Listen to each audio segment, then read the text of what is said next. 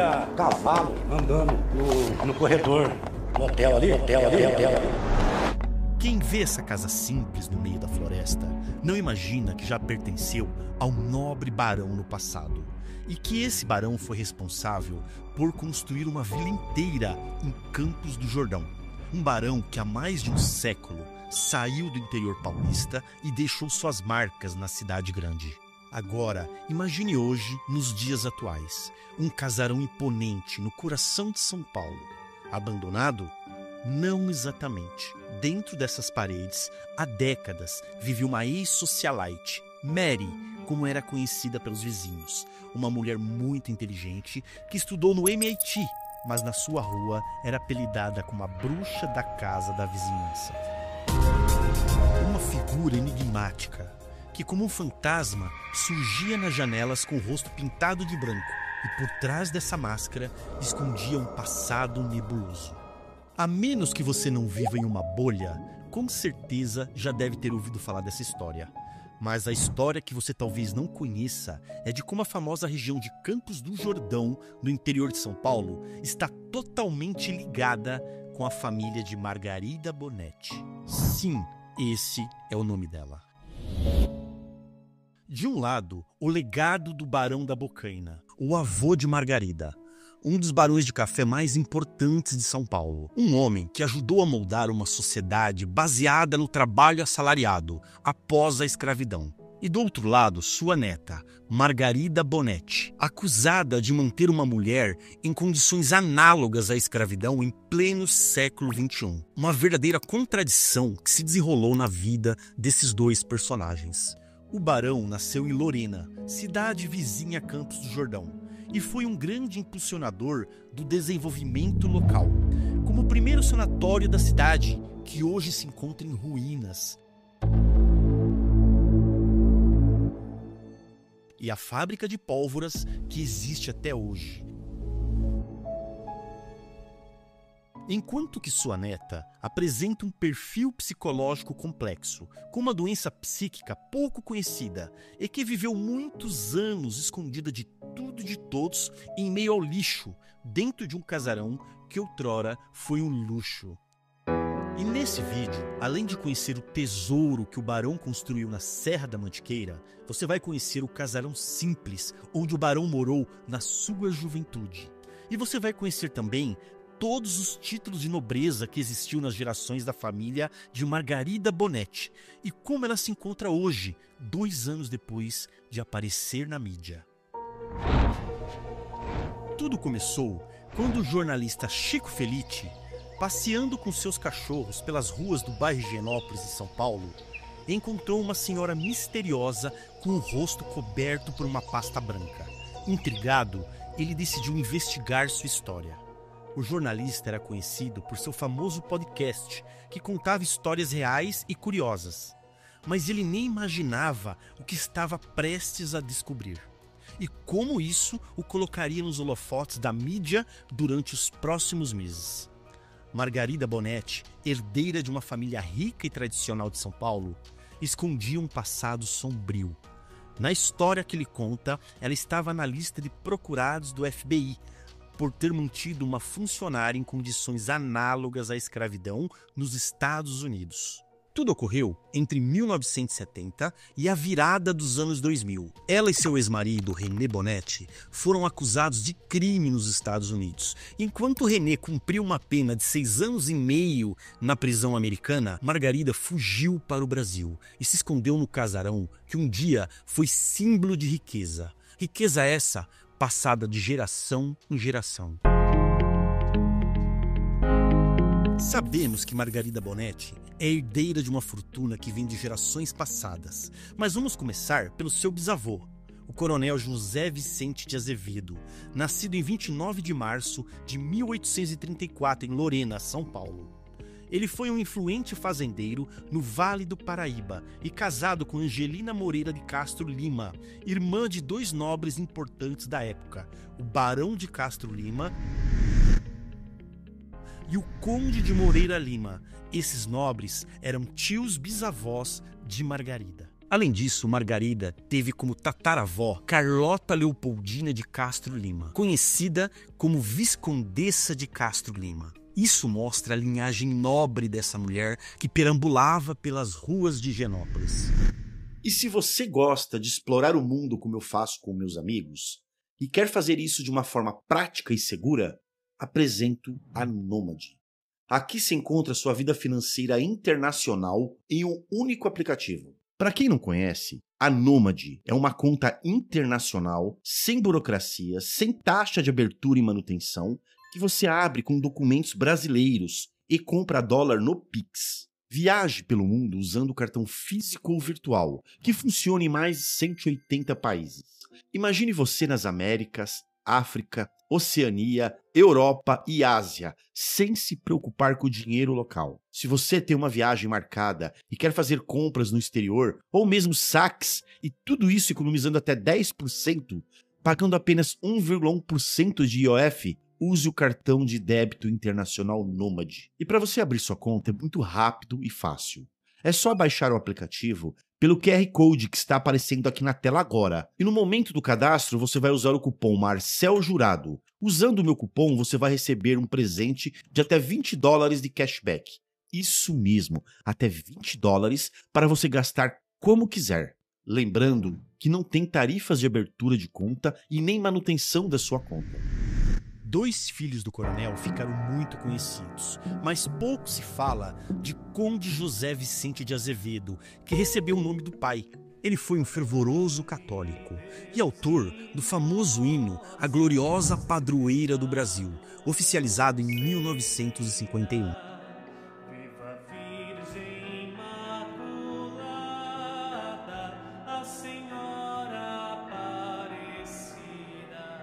Desde então, a música passou a ser utilizada pelo Santuário Nacional de Aparecida nas celebrações marianas. Agora, o filho mais ilustre do coronel foi Francisco de Paula Vicente de Azevedo, o famoso Barão da Bocaina. Ele foi fazendeiro na região de Lorena, banqueiro em São Paulo e comerciante de sucesso. Teve muitas posses ao longo da vida, como você vai ver ao longo do vídeo. Agora, além de conhecer as suas conquistas como um nobre que foi, você vai conhecer também a vila que o barão idealizou e construiu no alto da Serra da Mantiqueira e como ela se encontra até hoje. Com uma visão diferenciada dos outros barões da época, o Barão da Bocaina foi um dos primeiros a substituir a mão de obra escrava por trabalhadores assalariados em suas fazendas, oferecendo condições dignas e salários justos. Essa mudança não só aumentou a produção de suas terras, mas também serviu como exemplo para outros fazendeiros da região, uma verdadeira contradição familiar. Enquanto o avô ajudou na transição de escravos para assalariados, sua neta, Margarida Bonetti, foi na contramão. Francisco de Paula Vicente de Azevedo fundou o Engenho Central de Lorena, o primeiro do tipo na região. Além disso, Francisco foi responsável pela introdução de várias colônias de imigrantes, como Canas, Quiririm, Taubaté e Sabaúna em Mogi das Cruzes, consolidando sua influência e importância na região.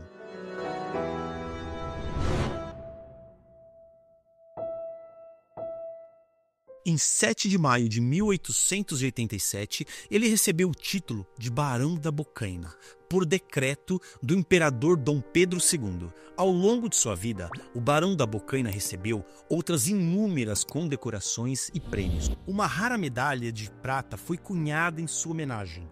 Nela dá para ver a imagem do barão no centro e em volta seu nome completo. E no verso da medalha está o brasão da família. Em 1956, a empresa brasileira de Correios e Telégrafos emitiu um selo comemorativo para celebrar os 150 anos de seu nascimento. O selo apresenta a imagem do Barão da Bocaina no centro, destacando sua nobreza e suas contribuições para a história do Brasil.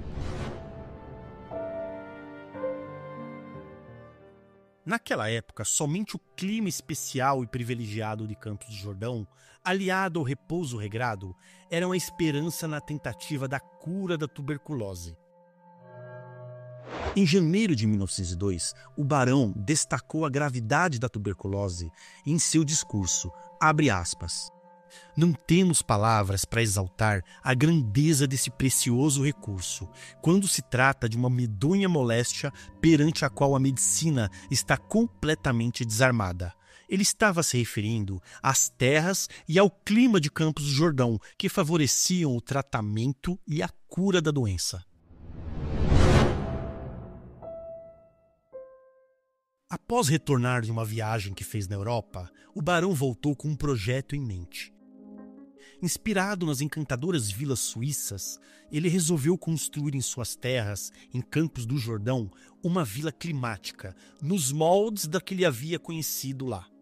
E começou a planejar a primeira estância climática nos altos da Serra da Mantiqueira.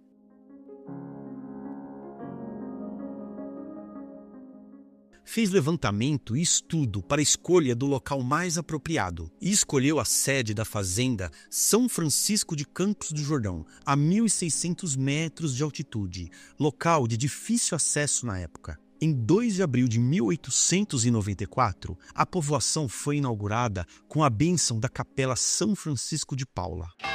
Considerada a primeira estância climática do Brasil, a Vila de São Francisco do Campos do Jordão, quando fundada, compunha-se de hotel, escola, loja de agências do correio, mais de 2 dezenas de chalés, tendo no centro um grande largo ajardinado, e também ficava a casa onde morava o Barão da Bocaina, essa que você vai ver agora. Bom, pessoal, estamos aqui na estradinha que vai até a vila onde o Barão da Bocaina construiu. Então você consegue perceber aqui pelo caminho, ó, que realmente é distante de tudo. Até hoje é distante de tudo, né?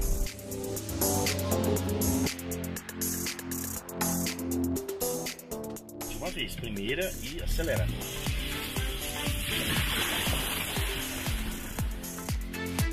E foi nesse lugar, longe de tudo, que o barão construiu a vila de São Francisco do Campos do Jordão. Ela fica, pessoal, na divisa de São Paulo e Minas Gerais. Nós estamos bem aqui, bem na divisa de São Paulo e Minas. Aqui é a Serra da Mantiqueira. E no meio do nada, né? Até hoje as estradas aqui são de terra, né? E toda esburacada, como vocês estão vendo aqui, ó. O que nos faz imaginar como difícil não era vir aqui antes, né? Naquela época, 100 anos atrás. Olha só, mais de 100 anos atrás. Realmente uma estradinha bem difícil, de difícil acesso. Bom, pessoal, aqui ó, chegamos aqui, tem uma pontinha, um riozinho passando aqui, ó. Vamos atravessar e ali na frente, ó, vemos uma placa. Antes de chegar à antiga vila, vemos esse cruzamento. Olha só, aqui é o cruzamento de 2 histórias do Barão.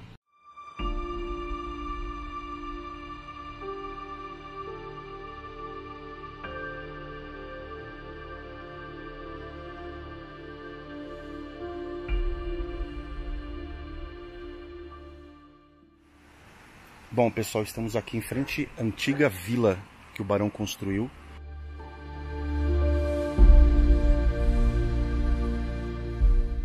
E essa aqui é a casa onde o Barão morou, ó. O Barão da Bocaina morou nessa casa na época. É uma casa que parece até pequena, mas é um casarão grande. Vou mostrar pra vocês a ponta lá. Olha cada flor linda. Muito lindas as flores. Ó, aqui tem um riozinho. Ó, pessoal, essa parte de trás da casa do Barão, ó, onde o Barão morou. E aqui, pessoal, hoje a família fez um museu. Então os pertences do Barão tá tudo aí dentro. Olha que interessante. A casa do Barão da Bocaina. Vocês estão vendo em primeira mão, pessoal, onde o Barão morou.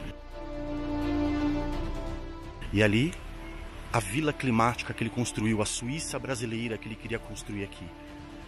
O tesouro do Barão está aqui, pessoal. Olha que interessante. E o avô da Margarida Bonetti, né? Então tudo isso aqui pertence da família da Margarida Bonetti. A Margarida Bonetti é dona de tudo isso aqui. Olha que interessante.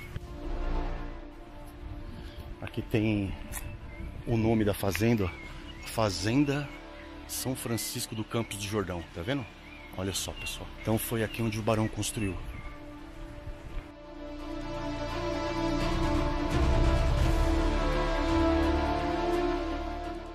Com a inauguração dessa vila de São Francisco, muitos visitantes, impossibilitados de continuar a viagem pela serra, devido ao mau tempo ou mesmo pelo cansaço, permaneciam aqui, dando vida a essa vila que foi tão sonhada pelo barão.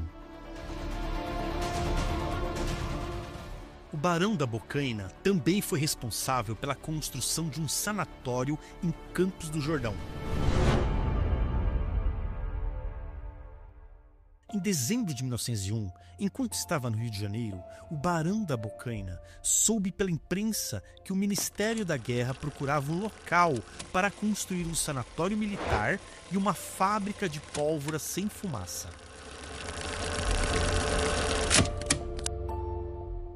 E vendo nisso uma oportunidade para trazer mais movimento para sua vila, ele teve uma ideia brilhante. Ele procurou pessoalmente o Marechal Mallet, então ministro da Guerra, e ofereceu terrenos gratuitamente em Campos do Jordão. Mostrou a ele as vantagens que existiam na região. Com essa oferta, o barão esperava desenvolver seu projeto de povoar a região de São Francisco do Campos do Jordão, trazendo mais vida ao seu sonho de criar a Suíça brasileira. O terreno para o sanatório militar foi escolhido na planície de Lavrinhas, ao norte de Campos do Jordão. Como o acesso era difícil, uma comissão de engenharia foi organizada para construir uma linha férrea chamada Ramal Férreo Lorena Benfica. As obras da ferrovia e do sanatório tiveram início imediato. O principal objetivo de construir a ferrovia era facilitar o acesso de pacientes com tuberculose até o sanatório, mas ela ia também facilitar o acesso até a Vila Climática, pois o transporte até ela só era possível a pé, lombos de cavalo ou burros. Em dezembro de 1902, o primeiro trecho da ferrovia Lorena Benfica foi inaugurado. Em 24 de fevereiro de 1902, 14 operários do arsenal de guerra e mais 40 soldados começaram a construir o sanatório militar. O sanatório seria uma enfermaria especial para tratar oficiais e soldados do exército afetados pela tuberculose, considerada curável pelo clima da região. As obras avançaram rapidamente e em poucos anos um complexo hospitalar estava em construção no alto da Mantiqueira, como você pode ver no vídeo que eu fiz no local. Chegamos agora nas ruínas do sanatório. Esse aqui, pessoal, é o antigo sanatório das terras do Barão da Bocaina, o sanatório militar. Eu vou mostrar fotos para vocês de como ele era, como que era esse sanatório há mais de 100 anos atrás.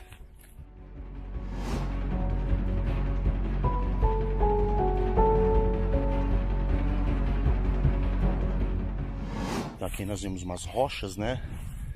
E aqui, ó, parte da coluna dele. Olha lá, construído em 1906. 2006 fez 100 anos, né? 2016, 110, 2000 vai fazer 120 anos. Desativado em 1912, certo? Então são 6 anos aí de funcionamento. E olha só. As colunas, só sobraram essas colunas, né? Olha como são espessas, olha como essas são grossas, né? Tá vendo?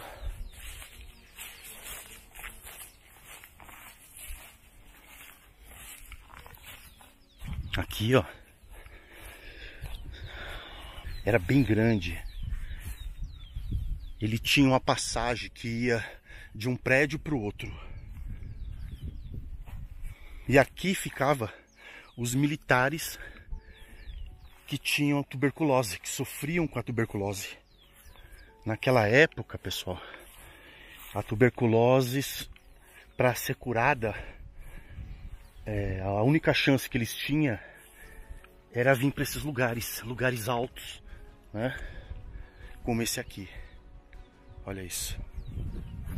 Aqui você consegue ver os tijolos ainda que os soldados fizeram, né? Que foram soldados que construíram. Olha que bacana, pessoal. Tá vendo? Vamos ver aqui, ó. Outra coluna aqui.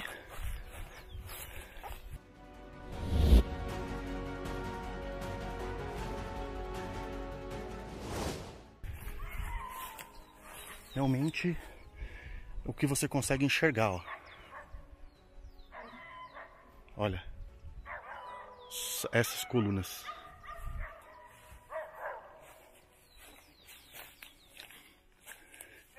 E aqui também. Aqui nós não vemos nada aqui, ó, pessoal. Tá vendo? Mas aqui também tinha um prédio. Olha lá, ó. Como eu disse, eram 2 prédios e tinha uma passagem de um para o outro. E aqui nós conseguimos ainda ver os pisos.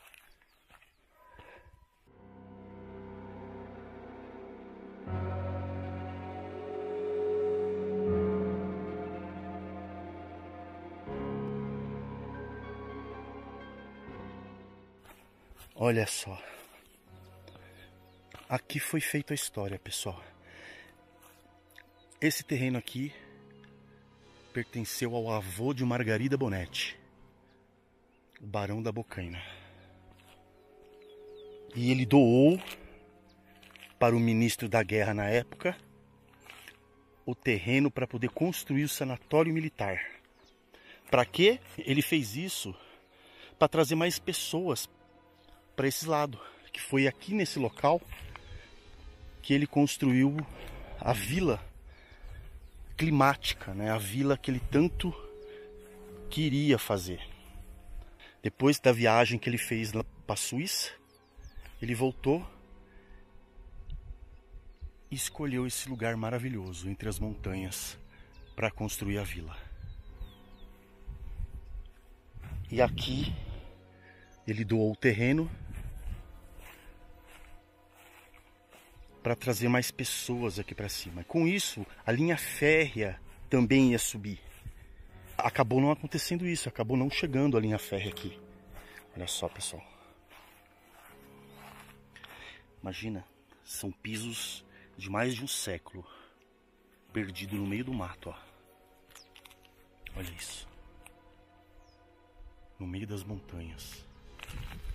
Olha só.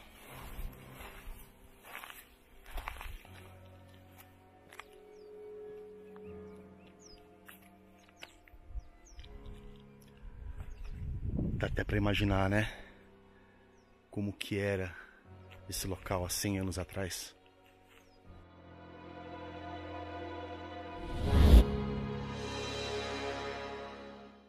Foram construídas uma enfermaria, 4 galpões para moradia de oficiais, um quartel de destacamento, um pavilhão de madeira para depósitos de medicamento, uma caixa d'água, uma olaria, uma pedreira, a reparação da estrada entre Piquete e Lavrinhas e o plantio de árvores frutíferas.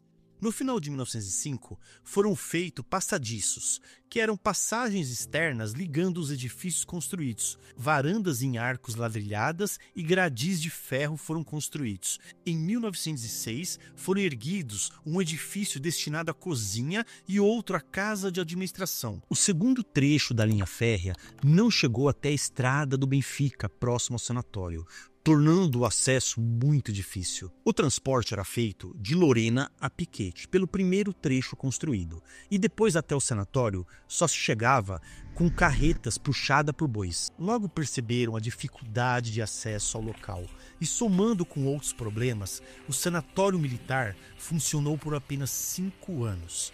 E foi desativado devido a várias dificuldades, incluindo o acesso complicado. Foram 6 anos de construção e apenas 5 anos de funcionamento.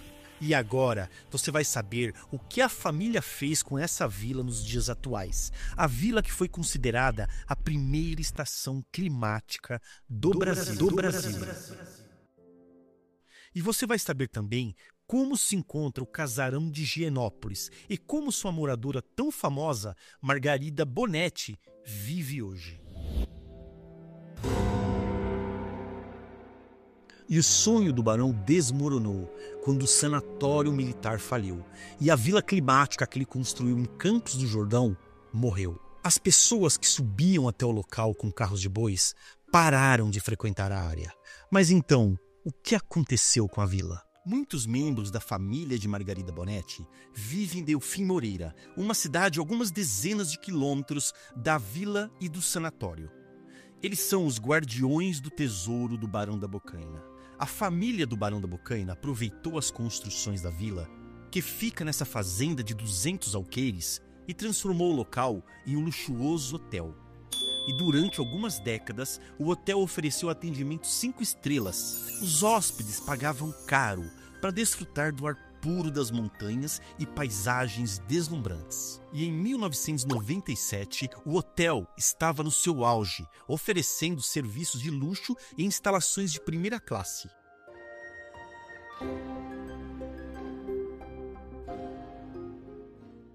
O hotel contava com 16 chalés espaçosos, 8 apartamentos confortáveis, um salão de jogos e uma cozinha bem equipada.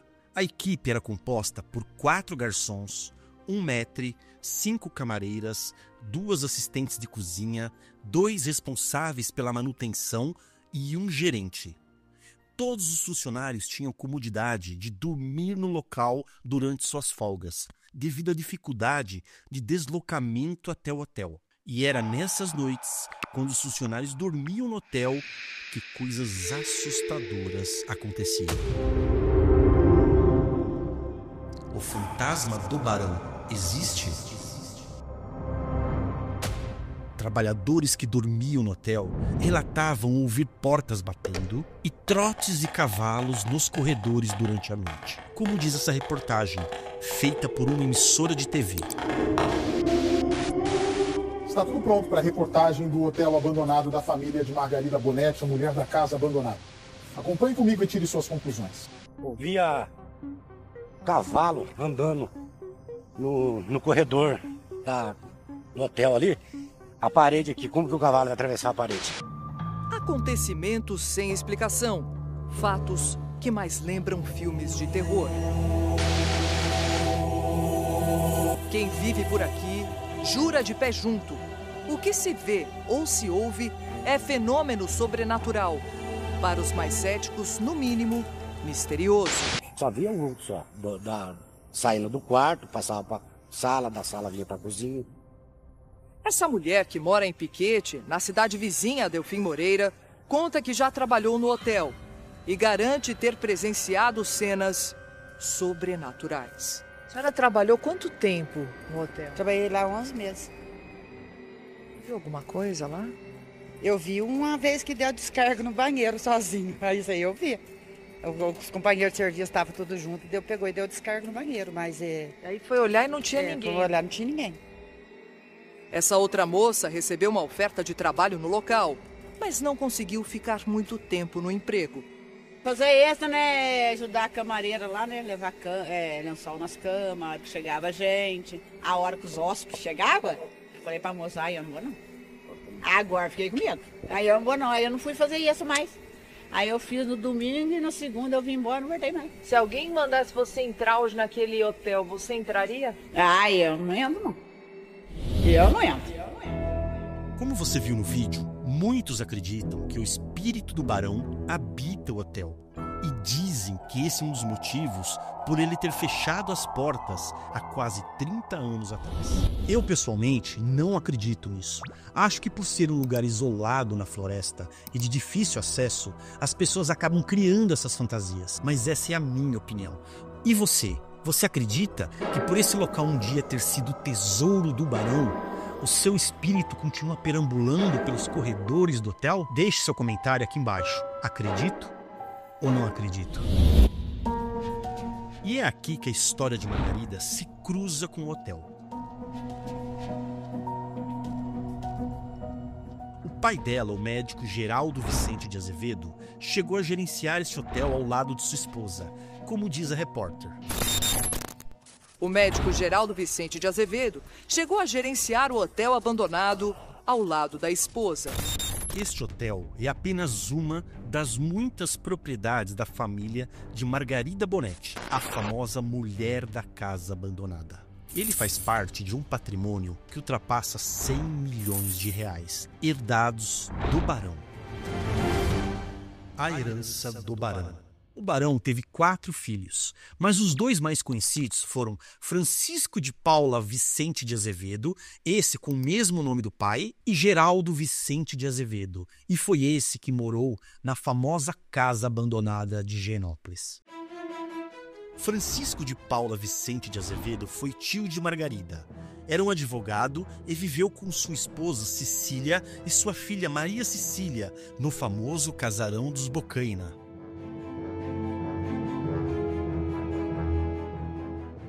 Localizado na Alameda Santos, próximo à Avenida Paulista, em São Paulo. Foi construído em 1911, ele possui 2 andares e é adornado com colunas gregas e um jardim encantador, e está muito bem conservado até hoje. E chegamos agora ao pai de Margarida, o médico urologista Dr. Geraldo Vicente de Azevedo, casado com Maria de Lourdes Danço Vicente de Azevedo. O casal morava no famoso casarão de Higienópolis. Eles eram conhecidos na região pelas ações generosas, como distribuição de comida e roupas a moradores de rua. O casarão tem o nome do pai de Margarida. Inclusive, existe uma placa de bronze que fica na frente do casarão, onde está gravado o nome dele. Em 1955, Geraldo foi o chefe da Santa Casa de Misericórdia de São Paulo e realizou a primeira videolaparoscopia, um procedimento cirúrgico minimamente invasivo na região do abdômen. Quando morreu, ele deixou 50% da herança para sua esposa e os outros 50% dividiu para as 3 filhas. O conflito familiar começou quando sua esposa, 3 anos antes de morrer, doou sua parte da herança, que era de 50%, para uma única filha, Margarida, como mostra esse documento. Margarida vive nesse casarão desde 1998, quando deixou os Estados Unidos para retornar ao Brasil. E com a morte de sua mãe, ela acabou ficando com uma parte muito maior da herança do que as suas 2 irmãs, o que gerou um grande conflito entre elas. Margarida e suas 2 irmãs estão em uma disputa judicial por uma herança milionária, que inclui imóveis, pratarias, esculturas e uma coleção de joias. Elas herdaram dezenas de propriedades, mas não conseguiram resolver a divisão entre elas, resultando no leilão de alguns bens, devido aos impostos devidos. Além desses imóveis, a família possui dezenas de lotes nas praias do litoral sul e Ubatuba, a fazenda em Minas Gerais, onde fica o hotel, e o famoso casarão de Higienópolis.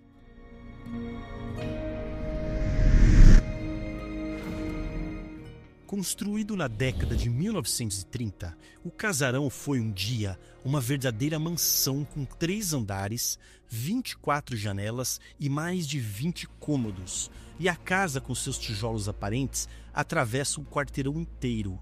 Originalmente, os vitrais das janelas tinham imagens náuticas, como barcos e mares revoltos. A casa é uma sobrevivente. É a única que está de pé na rua, onde pelo menos outras 20 construções foram demolidas para dar lugar a prédios modernos. Localizado no bairro Higienópolis, um dos mais ricos de São Paulo, o casarão está cercado por uma forte especulação imobiliária. Celebridades como Adriane Galisteu, Jô Soares e o ex-presidente Fernando Henrique Cardoso já moraram na região. Como mencionei antes, os 50% do casarão que pertencia à esposa do médico foram passados para Margarida, junto com a parte que ela tinha direito como filha. No entanto, havia uma condição. Margarida não podia vender o imóvel. um pedido feito por sua mãe antes de morrer. Hoje, apenas Margarida pode desfazer esse compromisso. A família afirma que o casarão já foi vendido. As irmãs de Margarida Bonetti aceitaram uma oferta de compra de uma associação cultural que ofereceu cerca de 10 milhões de reais pela casa e o terreno. Toda a família, exceto Margarida, já concordou com a venda. Agora, falta apenas a autorização da juíza do caso, com ou sem o consentimento de Margarida. É provável que em breve a casa abandonada mude de mãos e seja reformada. Antigamente, a casa era um símbolo de riqueza e prestígio, mas agora está em ruínas, refletindo o declínio da fortuna da família. E a pergunta que muitos fazem é a seguinte: com tanto dinheiro, por que a Margarida vive nessa situação precária? Podemos responder essa pergunta explorando um pouco o perfil psicológico de Margarida Bonetti. Existe uma doença pouco falada hoje em dia, que é a de acumuladora. Ela sofre de transtorno de acumulação compulsiva, uma condição pouco conhecida que faz com que a pessoa tenha dificuldade em se desfazer de objetos. Isso resulta no acúmulo de coisas que desorganizam e deixam inutilizável áreas de convívio da casa, levando o isolamento social e problemas de saúde ao longo prazo. Quando a polícia invadiu a casa de Margarida, encontraram muita sujeira, lixo acumulado e um forte mau cheiro de restos de comida. Ela vivia reclusa, cercada por pilhas de objetos e lixo, e exibindo um comportamento excêntrico.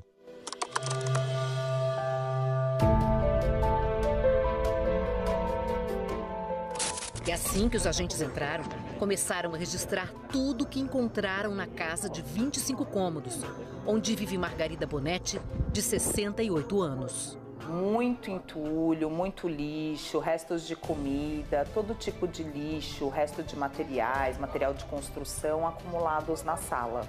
Um local insalubre, sem condições de higiene nenhuma. Existe tratamento para isso, mas é longo e envolve muita terapia.